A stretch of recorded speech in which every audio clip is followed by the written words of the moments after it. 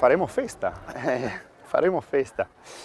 Sicuramente a bordo regna uno spirito di un certo tipo, il mezzo è performante, l'anno scorso mi sembra abbiano fatto un ottimo piazzamento, tenteremo di eguagliarlo o migliorarlo. Il meteo sinceramente non l'ho visto, non l'ho guardato. La barcolana di solito o la fai con bora o la fai con bonaccia, per cui non si scappa.